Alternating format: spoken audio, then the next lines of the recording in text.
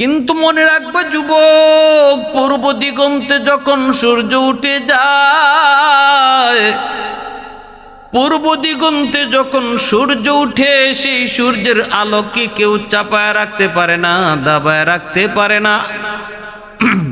ঠিক তেমনি ভাবে ইমান নামক সূর্যের আলো, ইমানের আলো যার দিলের ভিতরে জ্বলে, এই ইমানটারও গোপন রাখা যায় না, চাইলেও গোপন রাখা যায় না। ভাইরা বন্ধুরা, আবু জাহেল নবীকে সত্য নবী জানতো, ভালো করে বুঝতো, এরপরও আবু জাহেল নবীকে মানতো না। কারণ ছিল একটাই, তিনি নবীজিকে নবী মানলে আবু জাহেলের নেতাগিরি চলে যাবে, লিডারি চলে যাবে, সমাজের নেতৃত্ব তার হাতে থাকবে না, নবীজির হাতে নেতৃত্ব চলে যাবে। শুধু এই কারণে নবীকে নবী মানতো না। আর নতুবা নবী যে সত্য নবী, সব প্রমাণ আবু জাহেলের কাছে ছিল, এর পরও মানত না। শুধুমাত্র একটা লোক, নেতৃত্ব, ক্ষমতা, ক্ষমতার মোহ মানুষকে অন্ধ বানায় দেয়। সত্য মিথ্যার পরিচয় তখন বুঝে না। এর দৃষ্টান্ত হলো আবু জাহেল। আবু জাহেল একাকী, নিরিবিলি, তার থেকে এমন বহু কথা বের হয়েছে। বন্ধু আখনাস ইবনে শুরাইক বলেছে একাকী, দোস্ত মুহাম্মদ কেমন, একটু কও না দোস্ত, আমি আর তুমি তো, এখানে আর কেউ নাই। আখনাস বিন শুরাইককে আবু জাহেল পরিষ্কার বলেছে, মুহাম্মদ যে সত্য নবী, এই ব্যাপারে কোনো সন্দেহ নাই। আখনাস বলে, তাহলে তুমি মানো না কেন? আবু জাহেল কয়, একটাই কারণ, মুহাম্মদকে যদি নবী মানি তাহলে আমার কাছে মানুষ আসবে না, আমার নেতাগিরি থাকবে না। এখন তো সমাজের মোড়ল আমি নেতা, আমি বিচার করি। মুহাম্মদকে নবী মানলে সবাই মুহাম্মদের কাছে যাবে, আমিও মুহাম্মদের কাছে যেতে হবে। শুধু এই কারণে আবু জাহেল আমার আপনার নবীকে নবী হিসেবে মানত। আমার ভাইরা বন্ধুরা, যুবক, এইদিকে আবু জাহেলের একজন দোস্ত, কাফেরদের লিডার, নাম হলো উতবা। উতবার ছেলের নাম হলো আবু হুযায়ফা রাদিয়াল্লাহু তাআলা আনহু। ইনিও কালেমা পড়ে মুসলমান হয়েছেন। এই সংবাদ আবু জাহেলের কানে আসলো। শোনা মাত্রই আবু জাহেল উতবার উপর খেপে গেল। কিরে উতবা, তোমার ছেলে কেমন করে মুসলমান হলো? জবাব দাও, জবাব। কেমন করে তোমার ছেলে কালেমা পড়ে মুসলমান হলো? উতবার ছেলে আবু হুযায়ফার উপর আবু জাহেল ক্ষিপ্র হয়ে উঠল। সে নিজেই যেন বিচার করবে, আর উতবাকে গালমন্দ শুরু করলো। বলতেছে, উতবা, তোমার ছেলেকে আমাদের হাতে তুলে দাও, আমরা এর দৃষ্টান্তমূলক শাস্তি দেব, দৃষ্টান্তমূলক শাস্তি দেব, তোমার ছেলেকে আমাদের হাতে তুলে দাও। কিন্তু উতবা কোনোভাবেই এই কথায় রাজি হয় না, হওয়ার কথাও না। উতবায় কয়, আমার ছেলে যদিও কালেমা পড়ে মুসলমান হয়েছে, কিন্তু ছেলে তো আমার ছেলেকে আমি কেমন করে তোমাদের হাতে তুলে দিই? চোখের সামনে সন্তান, কেমন করে রক্ত ঝরবে, আমার সন্তানের শরীর থেকে রক্ত ঝরবে, আর আমি বাবা সেটা সইব? এটা কেমন করে সম্ভব হয় না। আবু জাহেলকে উতবা, এখনো সময়, ছেলেকে আমার হাতে তুলে দাও। কিন্তু উতবা এই কথাতে রাজি হন না, উতবা এই কথায় রাজি হয় না। আবু জাহেলকে উতবা এক পর্যায়ে বলে ফেলে, ও আবু জাহেল, আমার ছেলের খবর তুমি পরে লও, আগে নিজের ঘরের খবর লও, আগে নিজের ঘরের খবর লও। কই কের খবর? কই তোমার আপন দুই ভাই সালামা আর আইয়াস, এরা দুইজন কালেমা পড়ে মুসলমান হয়েছে, এই খবর তুমি রাখো নি। আবু জাহেলের জন্য আসমান ভেঙে মাথায় পড়ল। মোটু জানে না, জানার কথাও না, কেমন করে কি হলো আমার দুই ভাই কালেমা পড়ে মুসলমান হয়েছে, এটা আমি নিজেও জানি না। আবু জাহেল অত্যন্ত ক্ষিপ্র হয়ে নিজের বাড়ির দিকে রওনা দিয়ে দুই ভাইকে যায় ধরল, জিজ্ঞেস করল। এবার তারা আর ইমানের খবর গোপন রাখতে পারেন নাই। তারা দুজন জানায় দিলেন, হ ভাই, আমরা কালেমা পড়ে মুসলমান হয়েছি। শুরু হয়ে গেল নির্যাতন, আবু জাহেলের নির্যাতন, আবু জাহেলের চেলা চামণ্ডদের নির্যাতন। হাত পা শিকল দিয়ে বেঁধে ফেলল, কোথাও বেরোতে দেয় না, না না নড়াচড়া করতেও দেয় না। এমনকি পরিবারের লোকজনকেও বলতেছে, সাবধান, কেউ তোমরা তাদেরকে খাওয়া পানিও দেবা না, খানা পানিও দেবা না। এইভাবে আইন জারি করল। কিন্তু মনে রাখবো আল্লাহর গোলাম, দৌলতে ইমান যার স্বাদ পেয়েছে, ইমানের মজার স্বাদ যে পেয়েছে রে, সে জীবন যেতে পারে তবু ইমান ছাড়তে পারে না। ইমানের স্বাদ যে পেয়ে গেছে, সে দুনিয়া ছাড়তে পারে তবু ইমান ছাড়তে পারে না। ইমানের মজা, ইমানের স্বাদ যার অন্তরে জাগ্রত হয়েছে, বন্ধু ছেড়ে দিতে পারে, আপন মা বাবা ছেড়ে দিতে পারে, ভাই বোন ছেড়ে দিতে পারে, তবু ইমান ছাড়তে পারে না। এত বড় দৌলত, এত বড় দৌলত, যে দৌলতের দ্বারা আল্লাহ পাক তারে জান্নাত দিবে, এই দৌলত আল্লাহ যারে দান করেছে, সে দৌলত কখনো ছাড়তে রাজি হয় না। নামাজ পড়ে না এক ওয়াক্ত, কিন্তু যদি যে এখন তোরে 1 লাখ টাকা দিমু, তুই খ্রিস্টান হয়ে যা, কইব তোর 1 লাখ টাকার মাঝে গুল্লি মারি, ঠিক না? তোর 1 লাখ না 2 লাখ টাকার মাঝে আমি গুল্লি মারি। নামাজ পড়ে না এক ওয়াক্ত, কিন্তু যদি কয় তুই হিন্দু হয়ে যা, তোরে আমি 3 লাখ টাকা দেয়া দিই, কেউ রাজি হইতো না। প্যারে হাজিরিন, এজন্য ওই আবু জাহেলের 2 ভাই, হযরত সালামা আর হযরত আইয়াস রাদিয়াল্লাহু তাআলা আনহুমা, এই 2 ভাই তারা আবু জাহেলকে জানায় দিল, ভাইয়া আমরা কালেমা পড়েছি, যত নির্যাতন করো না কেন আমরা ঈমান ছাড়ব না। আর মনে রাখো, তোমার গায়ে যে বাবার রক্ত, আমাদের গায়ে ওই বাবারই রক্ত, অতএব জিদ যেমন তোমার আছে আমাদেরও আছে। আবু জাহেলের শিরা ঠান্ডা, কোনো লাভ হয় নাই। এটা ইসলামের প্রাথমিক যুগ। 10 বৎসর কেটে গেল, আল্লাহর নবী মক্কা থেকে মদিনায় হিজরত করলেন। সাহাবায়ে কেরাম মক্কা থেকে মদিনায় হিজরত করতেছেন। নির্যাতনের মাত্রা বেড়েই চলেছে, 2 ভাইয়ের উপরে নির্যাতনের মাত্রা বেড়েই চলেছে, কঠিন থেকে কঠিন নির্যাতন। আল্লাহর রাসূল সাল্লাল্লাহু আলাইহি ওয়াসাল্লাম সাহাবায়ে কেরামদেরকে অনুমতি দিলেন, মদিনায় হিজরত করো। সাহাবায়ে কেরাম তারা মদিনায় হিজরত করলেন। নবীজিও তিনি এক সময় হিজরত করবেন। ওই অবস্থায় তারা 2 ভাই তারাও হিজরত করতে চান, কিন্তু হিজরত করার কোনো সুবিধা তারা পান না। কারণ আবু জাহেলের নজর, কঠিন থেকে কঠিন নজর ছিল 2 ভাইয়ের উপর, এজন্য তারা সুযোগও পান না। এর ভিতরে আইয়াস রাদিয়াল্লাহু তাআলা আনহু, হযরত ওমর ফারুক রাদিয়াল্লাহু তাআলা আনহুর সহযোগিতায় তিনি হিজরত করার একটু সুযোগ পেয়ে গেলেন। মক্কা থেকে মদিনায় তিনি চলে আসলেন। যেই মাত্র আইয়াস মদিনায় হিজরত করে চলে আসলেন, সাথে সাথে আবু জাহেলের আরো কান খাড়া হয়ে গেল। আরেক ভাই যে সালামা, যে রয়ে গেছে, তার উপরে কড়া নজরদারি শুরু করলো। আবু জাহেল ভাবল, আইয়াস যখন চলে গেছে, সালামাও চলে যাবে, অতএব তার দিকে নজর বাড়ায় দাও, তার দিকে দৃষ্টি বাড়ায় দাও। অত্যন্ত কঠিন থেকে কঠিন নজরদারিতে রাখলো। সালামা, তুই চেষ্টা করবি না, সাবধান, তুই মদিনায় যাওয়ার চেষ্টা করবি না, করলে কিন্তু তোরে হত্যা করে ফেলবো।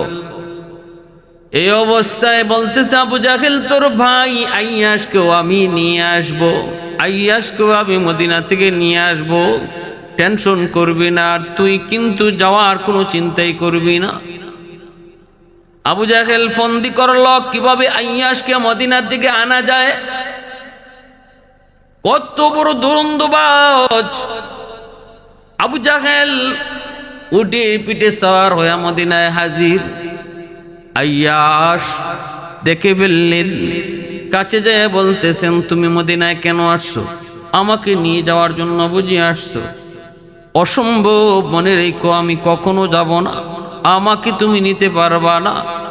আবু জাহেল তখন চোখ দিয়া পানি ফালায়, অভিনয় করে কান্দে আর কই, ভাইরি আজ যদি তোর মা আমার মা একজন না হতেন আমি কখনো তোর কাছে আসতাম না, শুধু এসেছি মা কসম করে ফেলছে আমি আমার আইয়াসকে এক নজর না দেখা পর্যন্ত আমি খানা বন্ধ করে দিলাম, পানি বন্ধ করে দিলাম, চুলার শ্রণ বন্ধ করে দিলাম, সব কিছু মায় বন্ধ করে দিয়েছে।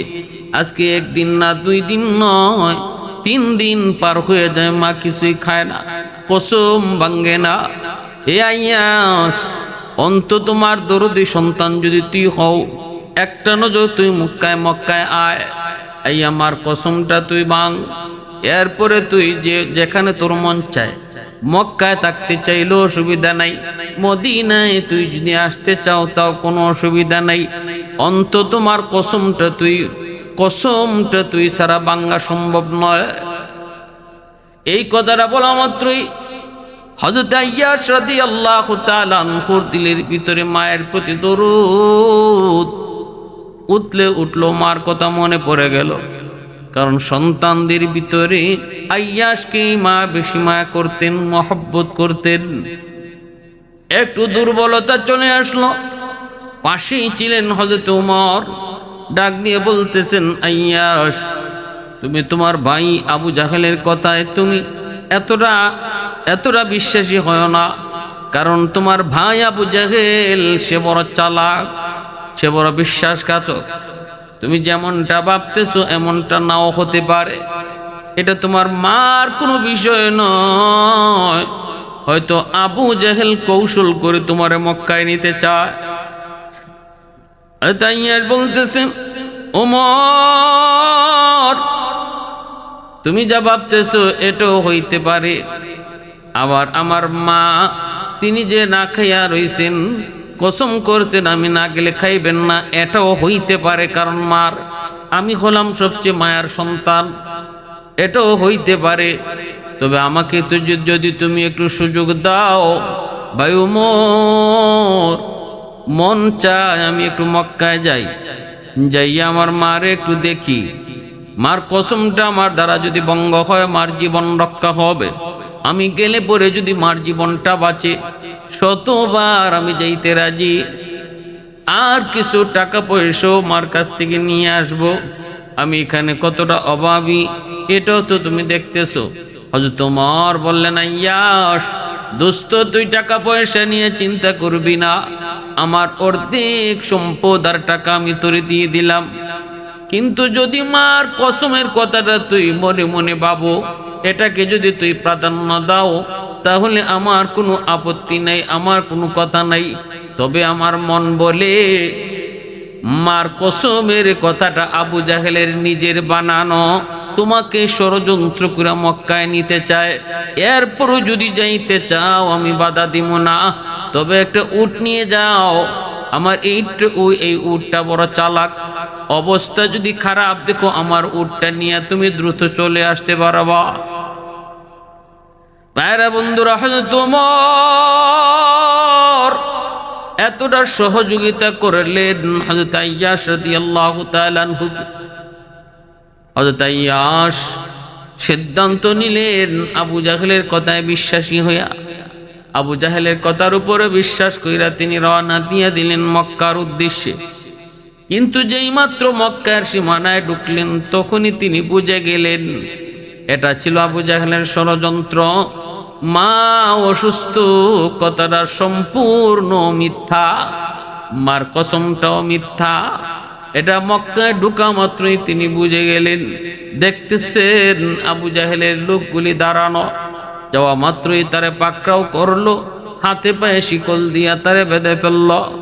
আবু জাহেল বলল, রে এ আইয়াশ, তোকে আনার একমাত্র কারণ ছিল আমার এটাই, এই কথা বলা ছাড়া তোমারে তো আনন্দ যাইতো না, এজন্য তোমারে নিয়ে আসছি। এই বইলা কত বড় বিশ্বাসঘাতক আবু জাহেল, এত বড় বিশ্বাসঘাতকের পরিণতি, শেষ পরিণতিটা ভালো হয় নাই। আবু জাহেল শুধু নবীর সাহাবী, মুসলমানদের সাথে ষড়যন্ত্র করে ক্ষান্ত হয় নাই রে, নিজের আপন জনের সাথেও ষড়যন্ত্র আর বিশ্বাসঘাতকতা করতে বিন্দু পরিমাণ আবু জাহেল দ্বিধা করে নাই। আব্দুল্লাহ ইবনে মাসউদ রাদিয়াল্লাহু তাআলা আনহু সূরাতুর রহমান নাজিল হলো। এত সুন্দর সূরা। হযরত আব্দুর রহমান আব্দুল্লাহ ইবনে মাসউদ রাদিয়াল্লাহু তাআলা আনহুর কোরআন তেলাওয়াত ছিল বড় সুন্দর। এত মায়া নবী বলতেন না, ইবনে মাসউদ তোমার কোরআন তেলাওয়াত শুনলে আমার দাউদ নবীর কথা মনে পড়ে যায়। ও ইবনে মাসউদ তোমার কোরআন তেলাওয়াতের কথা শুনলে আমার দাউদ নবীর কথা মনে পড়ে যায়। এই বললেন, যেই মাত্র সূরাতুর রহমান নাজিল হলো, আল্লাহর নবীর কাছে আব্দুল্লাহ ইবনে মাসউদ ডাক দিয়ে বলতেছেন, নবী গো একটু অনুমতি দেন, আমি এত সুন্দর সূরাখানা আল্লাহর ঘরখানায় কাবার সামনে যায় তেলাওয়াত করব, একটু মানুষদেরকে শোনাবো আমার মালিকের কথা। রহমান আল্লামাল কুরআন খলাকাল ইনসান আল্লামাহুল বায়ান الشمس والقمر بحسبان والنجم والشجر يسجدان والسماء رفعها ووضع الميزان ألا تطغوا في الميزان وأقيموا الوزن بالقسط ولا تخسروا الميزان والأرض وضعها للأنام فيها فاكهة والنخل ذات الأكمام والحب ذو العصف والريحان فبأي آلاء ربكما تكذبان। প্রতিটা নিয়ামতের কথা আল্লাহ পবিত্র কোরআনের সূরাতুর রহমানের মধ্যে তার নিয়ামতের আলোচনা করে করে বলতেছেন, কি তোমাদের ভিতরে এমন কে আছে যে আমার এই নিয়ামতকে অস্বীকার করবে, কি আমার এই নিয়ামতকে অস্বীকার করবে। পবিত্র কোরআনের সূরাতুর রহমানের এই আয়াতগুলা যখন হযরত আব্দুর রহমান ইবনে আউফ এই হযরত আব্দুল্লাহ ইবনে মাসউদ রাদিয়াল্লাহু তাআলা তিলাওয়াত করতেছিলেন, মক্কার মানুষরা এত সুন্দর ভাষা আর আল্লাহ পাকের এত সুন্দর কথাগুলো শুইনা দলে দলে দলে দলে খানা কাবার চত্বরে জমা হতে লাগলো। আর মানুষজন বলতেছিল, ঠিক বলতেছো আব্দুল্লাহ, তুমি ঠিক কইতেছো, আরো কও, আরো কও, আরো কও। চতুর্দিকে জমা হয়ে যাচ্ছে। ওই অবস্থায় আবু জাহেলের কাছে খবর নিয়ে গেল তার এক চামচা, যায় বলতেছে, উস্তাদ আপনি এখানে শুয়ে রইছেন, ওই দিকে তো আব্দুল্লাহ ইবনে মাসউদের কি ফরতেছে, আর মক্কার মানুষ যুব সমাজ সব যায় দলে দলে কাছে গিয়া শুধু খালি কই, কি শুনাইতেছো এত সুন্দর কথা, আরো কও, আরো কও। মনে হয় দলে দলে সব মুসলমানই হয়ে যাইব, তাড়াতাড়ি টেকাল দাও। এই কথাটা শোনা মাত্রই আবু জাহেল যে অবস্থায় আছিল, এই অবস্থা থেকে সে রাগে ফায়ারে গুসায় খানায় কাবার চত্বরের কাছে আসলো। সাথে সাথে যে মানুষগুলা দাঁড়ানো ছিল, জমা হয়েছিল, আবু জাহেল রে দেখে যার যার মতো সবাই ভাগতে শুরু করলো। কিন্তু আব্দুল্লাহ ইবনে মাসউদ রাদিয়াল্লাহু তাআলা আনহু আবু জাহেলকে দেখলেন ছোট্ট বালক তখন, তারপরেও তিনি আল্লাহর কালাম সূরাতুর রহমান তিনি তিলাওয়াত বন্ধ করেন নাই, তিনি নির্বিঘ্নে একাই তেলাওয়াত করে যাচ্ছেন। আবু জাহেল কাছে যাইয়েই ওনার গালে একটা চর মারল, এমন জোরে চর দিছিল যে ওনার একটা কান বধির হয়ে গেছে। এই কানে আর তিনি কম শুনতেন, এত জোরে পড়ে গেছেন। আব্দুল্লাহ ইবনে মাসউদ রাদিয়াল্লাহু তাআলা ছোট্ট বালক, কিন্তু এতটুকু বইলে আসছিলেন, তুই আমাকে আজকে যে আঘাত করেছ আল্লাহর কালাম তেলাওয়াত করার অপরাধে, আমার মন বলে কোনো একদিন আল্লাহ তোর সামনে আমারে জম বানায়া ফাটাবে, তোর সামনে আমি মৃত্যুর দূত হয়ে হাজির হব। এই বইলা তিনি আসছেন। সেদিন আব্দুল্লাহ ইবনে মাসউদের কান্না দেখা জিব্রাইল কাঁদছেন। সেদিন আব্দুল্লাহ ইবনে মাসউদ ছোট্ট বালক কোরআন তেলাওয়াত করার অপরাধে তারে আঘাত করেছিল আবু জাহেল। কান্না দেখে আকাশের ফেরেশতারা কাঁদছেন, আল্লাহ নবী কাঁদছেন, কিন্তু আল্লাহ কুদরতি হাসি হাসছেন। আল্লাহ কেন হাসছিলেন সেটা বোঝা গেছে বদরের যুদ্ধে। আব্দুল্লাহ ইবনে মাসউদ রাদিয়াল্লাহু তাআলা আনহু তিনি তো আঘাত পাইছেন, চলে আসছেন। আবু জাহেল টিটকারি মস্কারি দিয়ে চলে গেল। সেই বদর চলে আসলো। বদরের প্রান্তরে ছোট্ট দুই বালক মুআজ মুআওয়াজের হাতে আবু জাহেল যখন মাটিতে ধরাশায়ী, তখন ওই আবু জাহেলের কল্লাকে দ্বিখণ্ডিত করার জন্য আব্দুল্লাহ ইবনে মাসউদ রাদিয়াল্লাহু তাআলা আনহু তিনি হাজির হয়েছিলেন। বুকের উপরে ওইটা কল্লা আলাদা করবেন।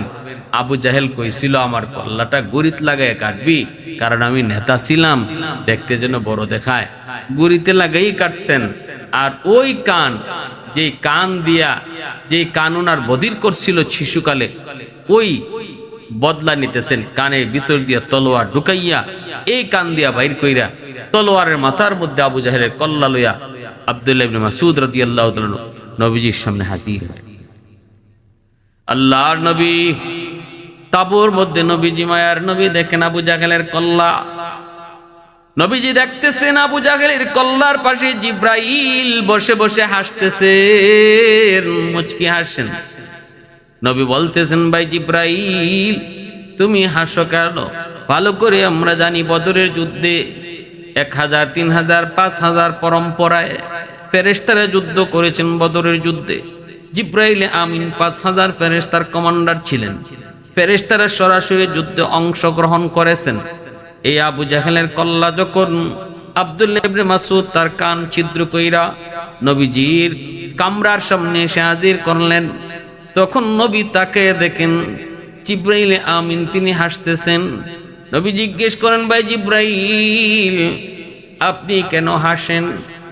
তখন জিব্রাইল কো, নবী গো, যেদিন ছোট্ট বালক আব্দুল্লাহ কোরআন তেলাওয়াত করেছিল খানায় কাবার চত্বরে, আর এই আবু জাহেল যাইয়া ওনাকে আঘাত করেছিল, কানটা বধির হয়ে গেছিল। আজও আপনার আব্দুল্লাহ কানে কম শুনে। ওই দিন আমিও কাঁদছি, আপনিও কাঁদছেন, ফেরেশতারাও কাঁদছে। কিন্তু আমি ওই দিন দেখেছিলাম আসমানের মালিক, আমার আপনার মালিক আল্লাহ পাক তখন কুদরতি হাসেন। আমি ওই দিনই মালিককে জিজ্ঞেস করেছি, আল্লাহ, আপনার কোরআন তেলাওয়াত করার অপরাধে বালকটা মাইর খাইলো, কানলো, আমরা কান্দি আর তুমি হাসো, কারণ কি? আল্লাহ তখন কইছিল, জিব্রাইল, এই কারণটা বদরের যুদ্ধে তুমি দেখবা। ওগো নবীজি, আজকে আমি দেখতেছি যে আব্দুল্লাহর একটা কান বধির করছিল এই আবু জাহেলে, আজকে বদরে এই আবু জাহেলের 2 কান বধির কইরা তলোয়ার ঢুকাইছে এই আব্দুল্লাহ ইবনে মাসউদে। বদলাটা আল্লাহ কেমনে নিলেন, কেমনে নিলেন, কেমনে নিলেন? এজন্য ভাইরা, ইসলামের কঠিন থেকে কঠিন, ঘোর থেকে ঘোর দুশমন ছিল আবু জাহেল। যার আসল নাম ছিল আবুল হাকাম, জ্ঞানীর বাপ। কিন্তু নবীকে সত্য নবী জানার পরও না মানার কারণে আল্লাহর নবী তার উপাধি দিয়েছিলেন আবু জাহেল, মূর্খের বাপ, মূর্খের বাপ। এজন্য সমাজে যে সমস্ত মানুষ সত্যকে সত্য জানার পরেও মানে না, শুধু নিজের ক্ষমতার কারণে, নিজের বেটাগিরিয়া